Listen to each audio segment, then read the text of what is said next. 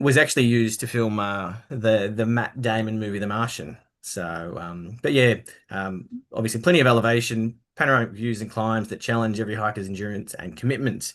It's not camping, so we don't use tents like we do on some expeditions, but the accommodation itself is pretty basic, dormitory style. But you do get to have two or three course dinners every evening. And the breakfasts and lunches, because a lot of where the trekking itself takes place is pretty remote, they're relying on supply by helicopter. And depending how recently the supply has been, the options may be more expansive than others, but it's usually something based around salads and a protein like a meat or bread rolls and sandwiches. Breakfast being the most basic of them. Um, but yeah, as I just said, it really reflects how remote the locations we do get to are. Moving along. So a little overview of the itinerary, and I've been told you can see the cursor here. So trip itself will start up at the top here in Saint-Denis. The total trip is 13 days, but about 10 of that is the actual trek itself. So the first day we just arrive in Saint-Denis, picked up at the airport by the guide, taken to the hotel, and then depending on the arrival time of everybody, we'll either have a lunch and or a dinner, often both. And then it's the second day when things really get underway.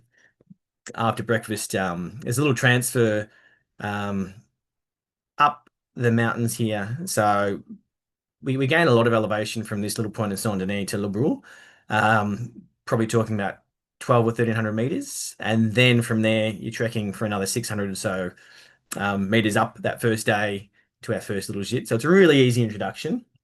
And then from there, it's when it starts to get a lot harder day by day. So as you can sort of see on the right here, they talk more in we talk more in hours rather than distances for this one, just because a lot of the distance you cover in terms of a point to point distance, it's not really that great. However, most of the time expended is in your elevation gains and losses. Like there's several days where you're ascending over 1,000 meters a day, and quite a few where you're getting closer to that 1,500 to 1,800 descent. So it's quite a challenging, tough one on the knees. But what the rewards are obviously for that sort of endeavor is you get a lot of the highs and the lows. So you get really beautiful valley views.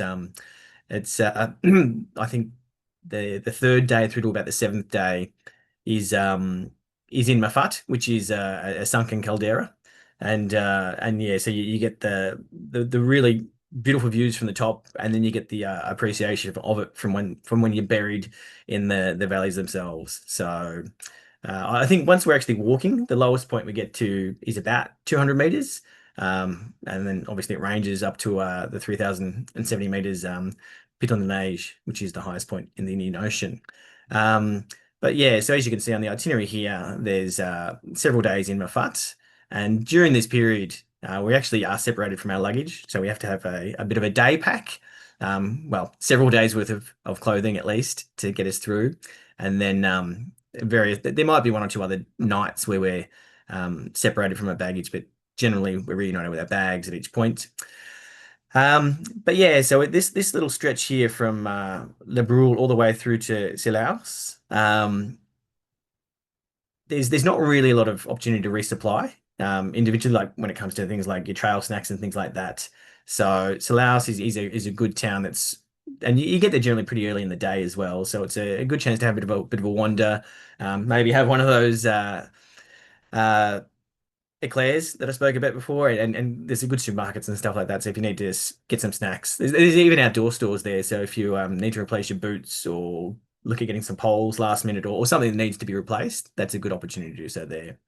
Um, the back half of the trek, from there, it's basically straight up again to there's a little gîte where we'll stay just shy of the Pit of the Neige, spend the night there, and then that's probably the most basic night you'll have on the trip as well, because it's even though it's called a gîte, it's technically a refugio, so it's open all through the night for people to come and go in case of emergency.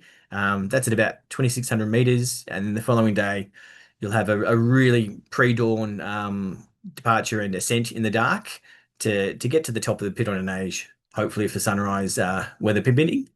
And then that same day, trek all the way along here to the Planet Caf. So that one's actually a really long day. Um, it says 9 to 10 hours of walking, but the day itself, when you factor in coming back down to the gîte to have breakfast, stopping for lunch and things like that, it could be upwards of 11 or 12 hours depending on the conditions. You get a wet day or a really muddy day, and that obviously slows things down as well. The Then from that point, we get a transfer to the Gîte de Volcan, which is over here in the shadows of the Piton de la Fournaise, which is the active volcano on La Réunion. And from there, when I talk about some of the basic places you'll stay along the way through here, you get to here, and this place is a bit like the Ritz. It's a fancier gîte. The EU and the French government have spent a lot of money on that, and I think we're talking like millions, if not $1 billion, to do up this place. So it's really, really is something special. So. And then from there, we're almost done. So after we'll have a day where we ascend the volcano itself, do a bit of a circuit. That's kind of I'm not sure what the correct I guess scrambling or rocky terrain, but it's like off pitch, like it's off trail that day for a lot of it because we have the benefit of guide, so he can take us to places that the general I guess hikers that are doing independently can't do. So we can get right into the lip of the volcano itself and get some pretty spectacular views. But it also is a hard day because you're hiking over a lot of really, really tough, sharp rock, and obviously it puts a lot of stresses on the knees as well, both the ascent and the descent. And then very last day, we'll trek all the way from there down to this little spot down here on Basvay, which is it doesn't look too bad on the map, but that day we descend almost 2,000 meters. So it's a long one, and a lot of that section is really sort of scrambly. I'll show you. You'll see a few more images and so forth as we go on through the presentation.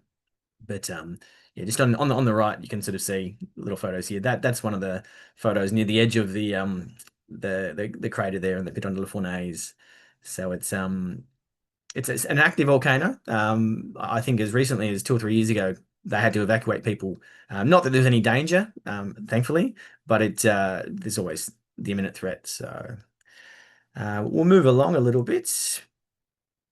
And so this is a nice aerial shot. I won't dwell on it too long because we've gone through the itinerary and you can sort of get a feel for how it travels all the way from north to south. But what this really gives you is a better appreciation of the landscape. You can see here the pit under the fournaise, and you can see on the side here where the runoff is for when it has erupted, and then the lava. Sorry, apologies there. I was getting myself tongue-tied.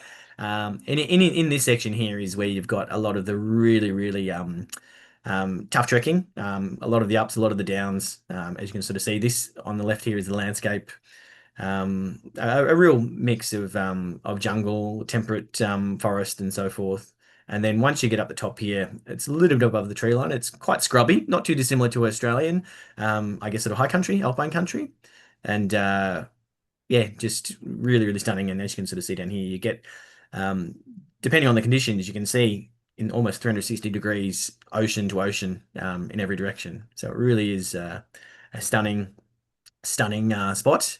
And then this little one just on the right hand side here sort of highlights that on that big descent, whilst we have a big walk through volcanic plains, once we start the descent down to Basvay, it's really sort of it quickly turns into a jungle with really scrambly loose rocks. So it can be treacherous and lots of roots and so forth as well. But it's a hell of a contrast to where you've started the day in almost like a moonscape. So it's pretty special. Righty. So just some of the highlights. As I said earlier, you get to watch the sunrise from the highest point in the Indian Ocean. That's the Piton de Neige, which you can sort of see in the bottom left down there. Hiking to Mafat itself, it really sort of fits with what we're all about. No roads. Literally, there are no roads there. So you have to get in by foot. You have to get out by foot. As I said, they're supplied in there by helicopter, but they don't take passengers. The only situation where you could actually take one of the helicopters in or out would be by in case of emergency. And the reason this part of the island is so special is back in the days of slavery, it became a bit of a haven and a for the escaped slaves. This is where they their refuge, where they fled to escape their masters and live a life of peace. And yeah, the fact that it takes the effort to get in there and to be part of it and appreciate it is pretty special. It's just I guess to sort of nurture that history as well. Like you can't people can't just go and buy property in there. It's almost hereditary or gifted to people. So it really sort of keeps um those small places and properties with the families that originally lived there. Yeah, so it's quite a unique situation. Um, you also get to traverse the GR2, the GRR2, which is uh, I think many people sort of consider it the second or third hardest trek in all of France. As I said, we are in France, even though we're in the Indian Ocean, and it covers almost 150 k's. When you factor in all your ups and downs, it's probably technically a lot further than that, but it's yeah, it's a long way through some pretty epic terrain. Along the way, because it is a real melting pot of cultures, you've got that real Creole influence of like you've got the French influence, you've got the African influence. There's lots of Chinese and Indian influence as well. Historically, after the slave trade, they moved into indentured servitude, and so which wasn't much better than slavery. But you get that real blend of cultures and religions, which makes it pretty unique.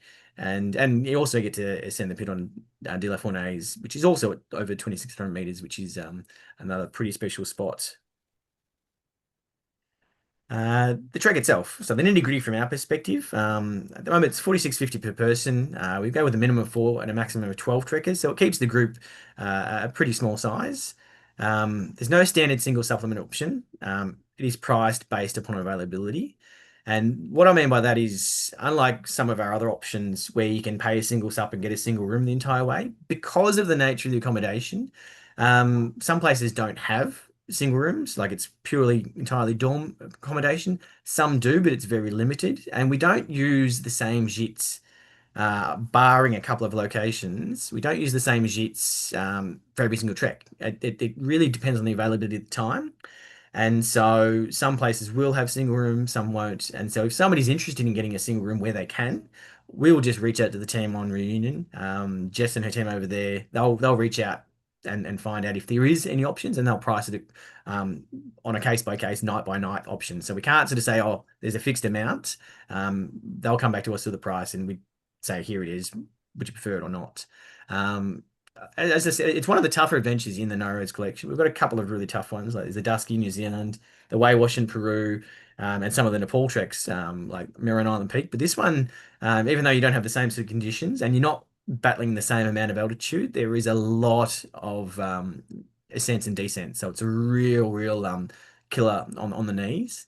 And when we were there recently, it is in the cyclone belt, and so it's not uncommon for some of the trails to be closed and they're forced to be a reroute.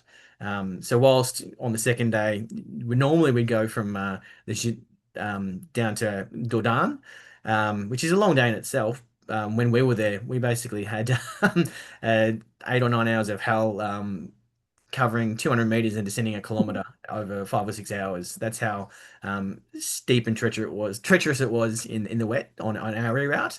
Um, I guess it's character building, but you just never know what you're going to get.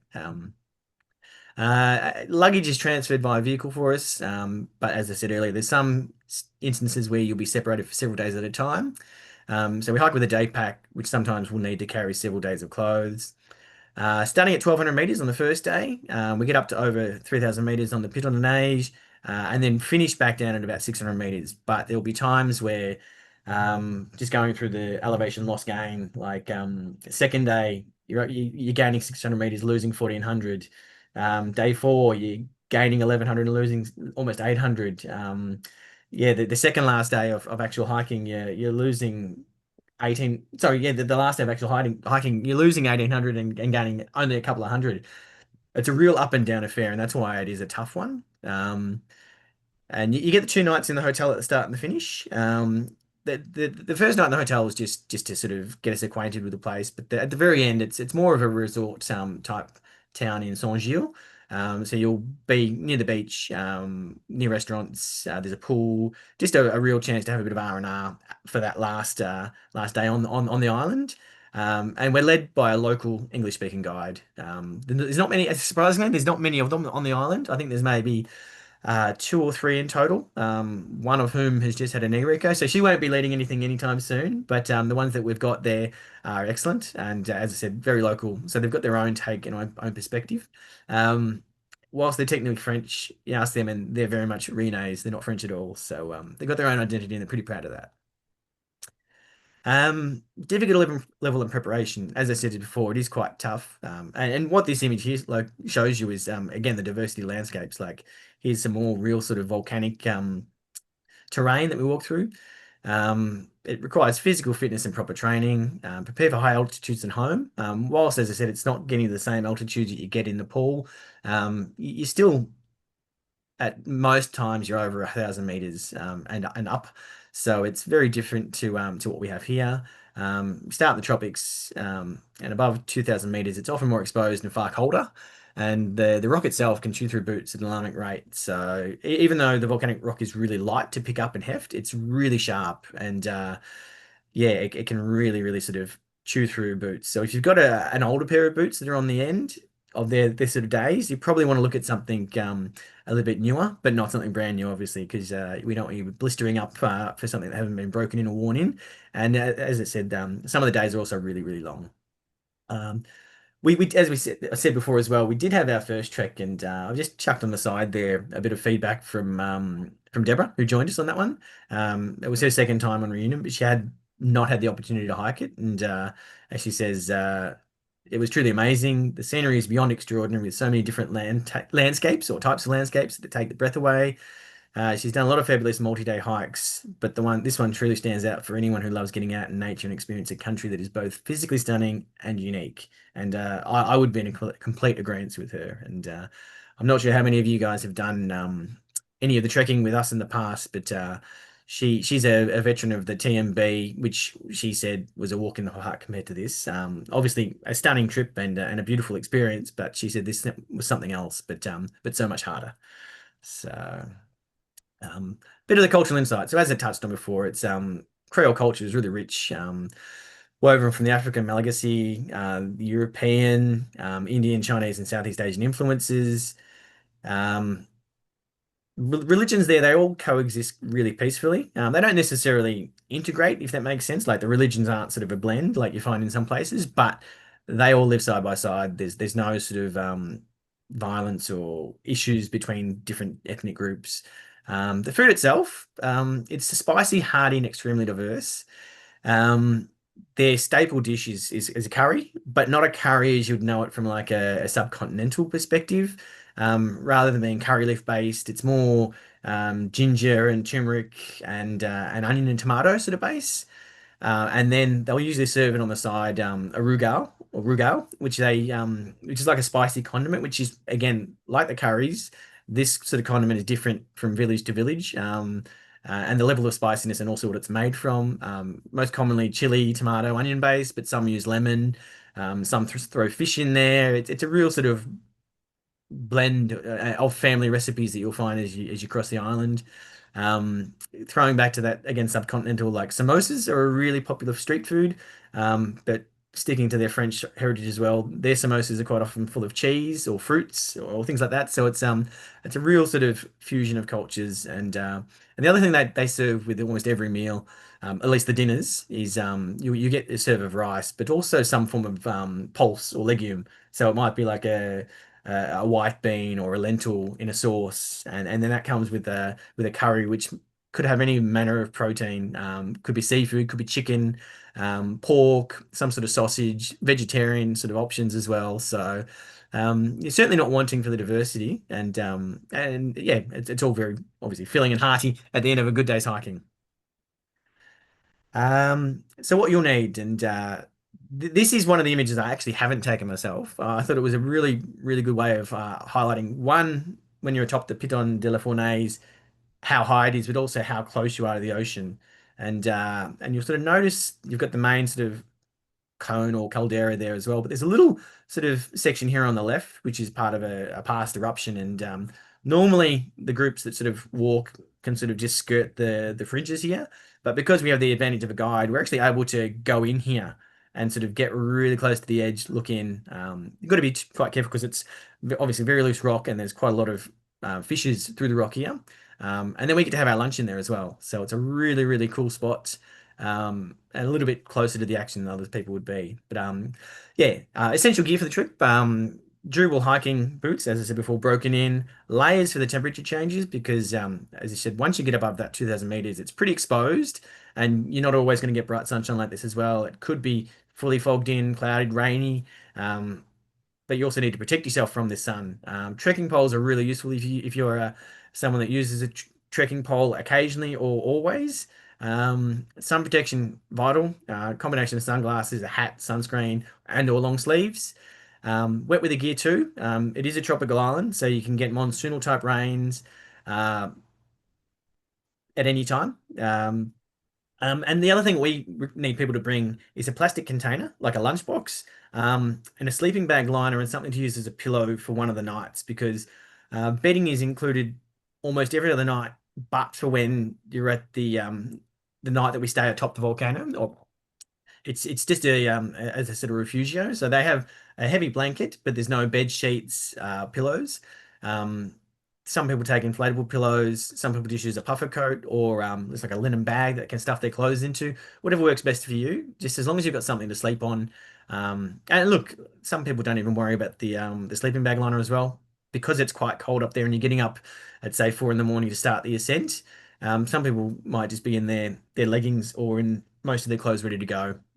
There's no right or wrong, just whatever works best for you, but just something to be aware of. But yeah, the lunchbox or plastic container, you probably could pick something up in Saint Denis on the first day or the first morning before we start the trek, but it's certainly much better to have it in advance, just so that because as they said, they sort of prepare for salads and things like that, or it could be a cold pasta that they can sort of chuck in there quickly, and yeah, so then you're ready to go. Wildlife and scenery. Believe it or not, humans were not on the island up until about the 1700s. It was surprisingly remote and undiscovered and untouched.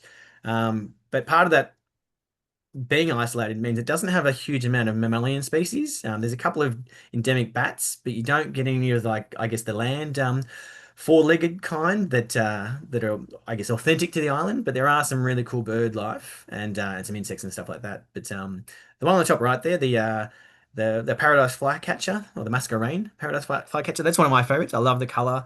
The local Creole call it like a tick tick, or that's how it sounds when they're pronouncing it. You can see it written on the screen, the chick trick, but it just sounds like a tick tick. But yeah, really distinctive calls. Plenty of really big spiders as well, actually. I'll mention that now. They look quite dangerous, but from what I understand it, they're not. No snakes on the island at all. So if they're a bit of a phobia for you, don't worry about them. They do not exist on the island. As I said at the bottom, unless you bring them with you. And I mentioned the Natural Confectionery Company because our local guide Arno absolutely loves them. So you took something like that to the island and happened to get him, and he would love you forever. Safety considerations. So yeah, look, it's generally safe. It's a French overseas department, really good infrastructure, healthcare, and politically stable. Um, But like I guess a lot of remote corners of the world, it probably does suffer a little bit for unemployment. So you might find a little bit of petty crime here or there, like pickpocketing and stuff like that. But most of the safety considerations you'd have to think of mosquito-borne diseases like dengue or chikungunya. Malaria is not really a concern there. It might be in small sort of pockets, but it's not something that most people need to concern themselves with. So yeah, a deep-based repellent is really recommended. And whilst we're on the island, we actually found that there's a almost like a bushman's wipe, and they worked perfectly. Only needed to use them a couple of times, but you could get a lot of life out of them as well. As I mentioned on the previous slide, sun protection and foot protection are vital. And so if you don't have one already, like some sort of blister management, whether it be gel pads or um, some sort of blister resistant sock. And then look, there's a couple of sections as well where because of the nature of the trail, um, Rockfalls are a risk as well. So the guides will normally tell you at what point where, look, we can't stop you. We've got to keep motoring through for the next 500 meters or 200 meters, whatever it might be. They're the ones that are sort of well versed in that. But there's usually pretty good signage as well. So yeah. Travel logistics. So well, this is part of the adventure because, as it said, it's pretty remote. It's really close to Africa. From Australia, Air Mauritius have got a couple of flights a week out of Perth, which they code share with Virgin, which is really helpful. So you can connect pretty easily from the East Coast. And there's also a twice weekly flight between Melbourne and Sydney that goes via Bangkok, believe it or not. So Thai Airways and Air Austral have got like an interline agreement. So you can sort of fly there and then travel down south. Um, so yeah, obviously as a result of that, that makes Thailand and Mauritius a really good stopover options to break it up and have a bit of R&R post trip especially. That's not a bad option. And I'll just show you on this next little map. So obviously Australia's here. This is where we're talking about getting to for La Reunion. So it really is close to Africa, but at the same time, not really close to anything. From Mauritius itself, you're probably looking at about a 40-50 minute flight. Um, but yeah, it's easier to actually get there direct from Paris. They have like daily services than probably anywhere else in the world. If you're looking for alternatives rather than even from Perth or coming from going via Thailand, you can go via the Emirates. Just the connections are probably not as good, and I think a lot of them will route you via Mauritius anyway. So just something to be mindful of. Yeah, as I said, getting there is certainly part of the fun. The train. So yeah, really diverse. Jungles, coniferous forests, bamboo scrub. There's a couple of local bamboo species, surprisingly. It could be muddy, it could be dusty. It's really steep, and lots of loose, sharp rocks and gnarly roots. I've tried to put a couple of images here to sort of capture it. Yeah, and you'll have huge stretches of it where it could be all of this roots for like several an hour or two, or you could be sort of going through this rocky terrain. And as I sort of said, looking at this one on the right here, the top, the landscape's not dissimilar in some parts to like alpine scrub here in Australia. Parts of Tassie are really reminiscent of it for me. Often on the trails there's steps, but not always. And for that pre-dawn ascent of the Piton de Neige, we start in the dark. So you need to be really careful with your footing there, and obviously a head torch is a must. And then the final day's descent and down into Bass Valley is incredibly slippery. From it could be from the wet, but also really loose rock. Yeah, so a real sort of diversity of terrains and basically slow and steady wins the race. Just take a bit of care and as I said, poles are obviously really helpful. So gîtes, I'll call this a bit of a deeper dive, just so you sort of get a bit of an understanding. Like they're a lot more common, obviously, through Europe, but majority of the ones you'll find here are quite basic. Some are very cute. Um, yeah, I've given you sort of a couple of little examples here. The top left was a really cute one we had in Cayenne. You can sort of see in this middle photo, a lot of them are going to be dorm style. Um, Usually sort of 4 to 6 beds, but on some of the situations, they could be sort of larger. It could be a 10-bed dorm. It really just depends on what you're going to get. Um, this sort of hero shot here, the main image you can see, that's actually the first unit you'll stay in, and that's probably one of the more basic ones you'll get. It's really harder for them to get supplies there, perched as it is on the mountain.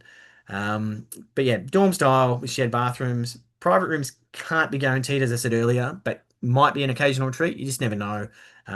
Some of them do have private rooms because they're essentially like a house, or a house with several semi-detached sort of dorm rooms to it.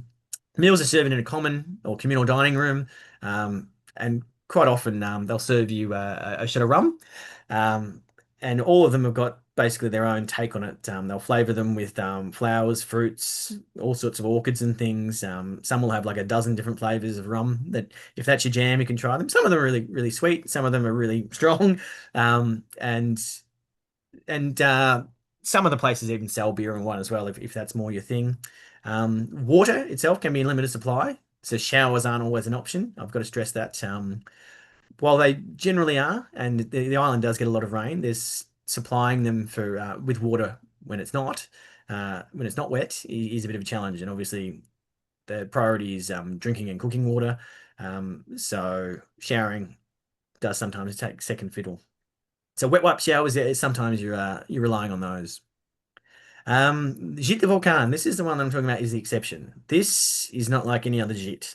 As you can see from the images that I've sort of shared here, this place is huge. By day, it sort of serves a lot of the day trippers that drive because this part of the volcano you can drive to. So you get a lot of day trippers that come there and utilize it as a restaurant. It's got a beautiful deck, which as the afternoon comes in, on a clear day you can see the ocean, but when the cloud starts to roll in, you're generally sitting above the clouds. So got this beautiful view looking down on the clouds. Even though the accommodation here generally is normal style, you've probably got a better chance of getting a private room here just from the sheer scale of the place.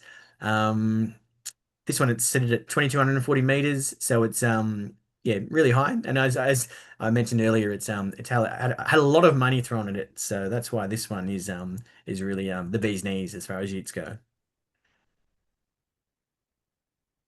I'll try and answer. I'll preempt a few of the FAQs here.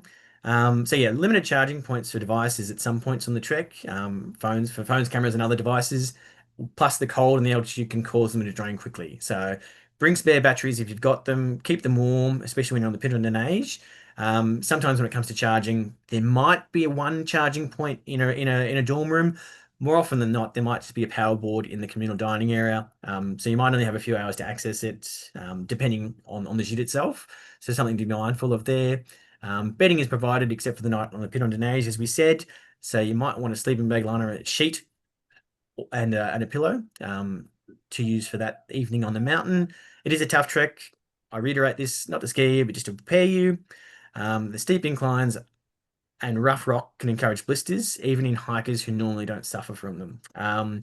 Deborah, who joined us, she actually didn't trek the last day of our traverse in May, just because she's never had blisters in her life, and she suffered from some that were quite horrendous. She soldiered on and battled on, but yeah, the condition of her feet by that second last day, she'd sort of pushed herself to her limits and soldiered up and down the volcano. But yeah, so that's just sort of give you some sort of context of how tough it can be.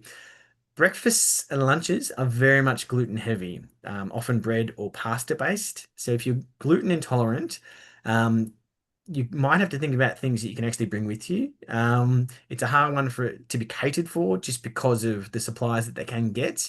If this is something that might have sort of impacted you, happy to have a chat about it one on one and sort of see what we can come up with. Um, but just also harder to know what they'll have in stock at supermarkets over there and things as well. So.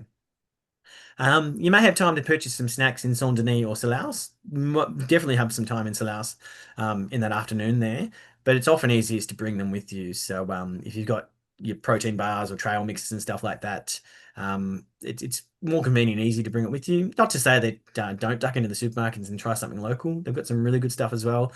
It's a hiking mecca. But yeah, it's just obviously easy to have something in advance. And also means that if you are pushed for time, you don't have to try and find that somewhere.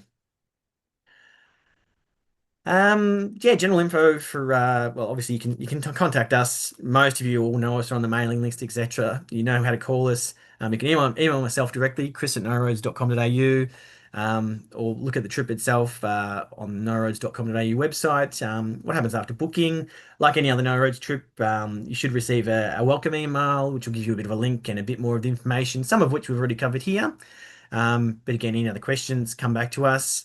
Why aren't meals included for every day? Just for that, I think it's sort of the very end of the trip when you're in the resort. At that point, some people are sort of separated, gone their separate ways. So it just gives you the opportunity. If you want to eat out, you can eat out. If you want to eat at the resort, you can eat at the resort. We've had plenty of days during the journey together. So at that point, it's just a chance for you to do your own thing. Is a deposit required to secure your spot? Yeah, like all of our trips, we need a 20% deposit up front, just so we can confirm it with the team over on Reunion Island. And then moving across to the payment terms, and then the balance is due 90 days prior to departure. Um, Obviously, if you're booking inside that 90-day window, then we need the full payment as soon as possible. Can we assist in booking additional nights? Yeah, we can certainly reach out to the team on the island, and they can, if you just want to book additional nights at the place where we'll be staying, pre or post trek, they can certainly do that, and they can also help look at options for elsewhere if you want to sort of spend a bit longer on the island, go further afield and things like that. So, how fit do I really need to be? Look, the more preparation, the better. It's a tough one. On that second day, when I talked about we had the reroute, we had one of the group that we weren't sure for a moment whether we were going to make it.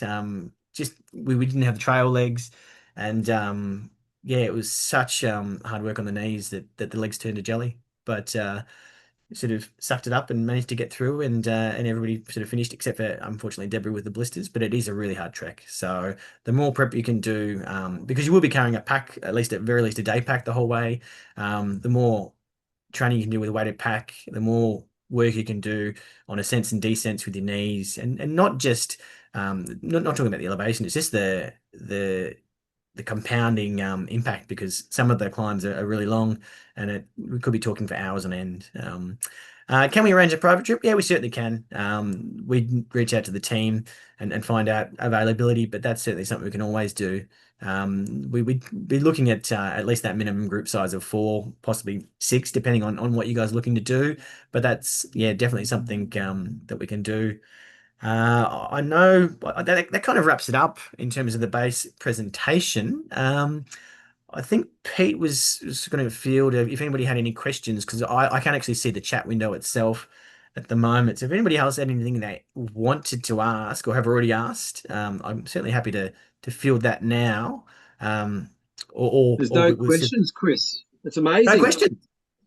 No I, questions. You've been so thorough that I've everyone's either, like, "Oh wow, he answered everything."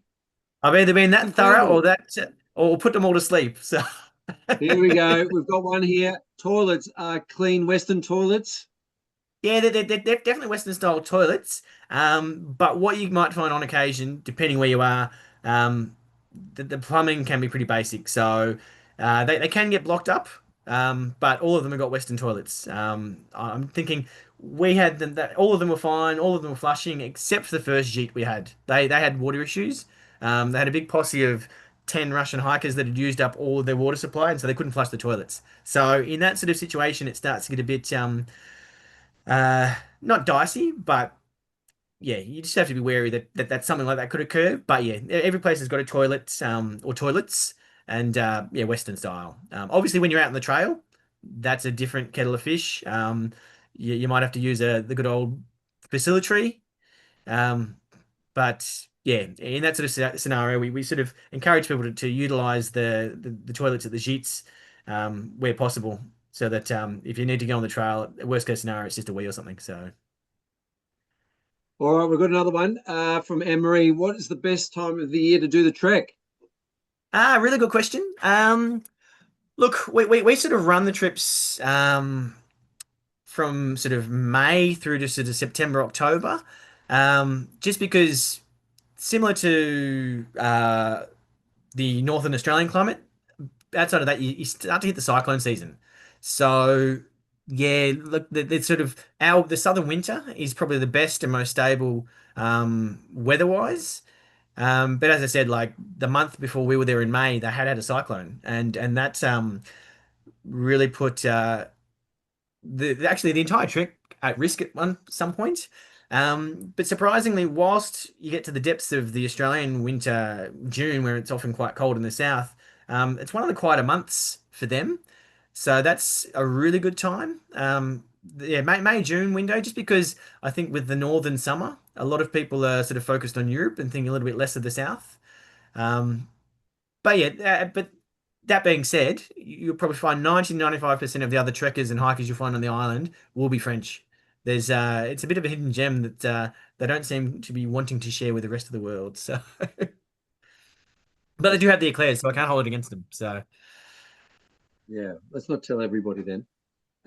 That's it at the moment. There's no more questions. The currency, is it euro? yeah, it is euro. It is euro. So, whilst they use the Mhm. euro, everything else is French. Unlike France, you don't have to worry about Schengen. So it's not part of Schengen. It's just a simple, yeah, you turn up with your Australian passport and you're good to go. You don't need to arrange any visa in advance, anything like that. obviously the situation may change, but that is how it is at present. Yeah, so really easy for us to get in and out of, and yeah, most of the signs they've got there will be in either English or French to the point where you can read them, if that makes sense.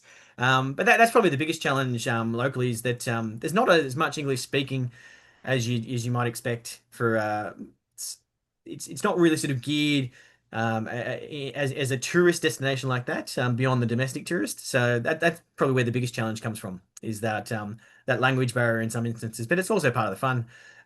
Trying to order. I keep falling back on the eclairs, but that's what I fell in love with. Beyond the hiking, trying to order an eclair with Yeah. broken French is half the fun, I think. So. Yeah, nice. Okay.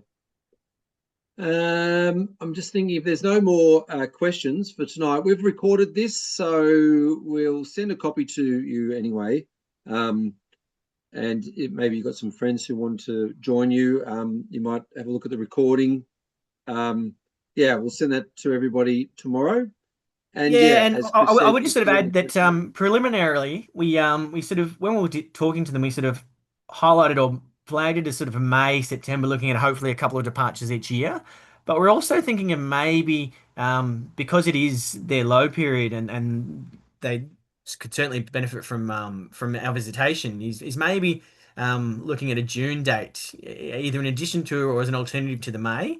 That might just depend on the interest that we get. One, because it sort of aligns better with the winter here when you might want to get away, but also just because it also a little bit more peaceful on the trail as well. Um, yeah, so that's something we're thinking about. But as Pete said, we'll send the video out, and of course, if there's any questions, feel free to reach out to us anytime, and we can have a bit of a chat. Um, phone, email, whatever works best for you. Um, Happy to have a little talk at any time. excellent. All right, thank you very much, everybody, for joining us tonight. And yeah, we'll look forward to maybe having a chat to you about reunion over the Yeah, next no, few really weeks. appreciate the time that everybody's given us, and hopefully it sort of inspired you for an adventure that's somewhere a little bit different, but I think really cool.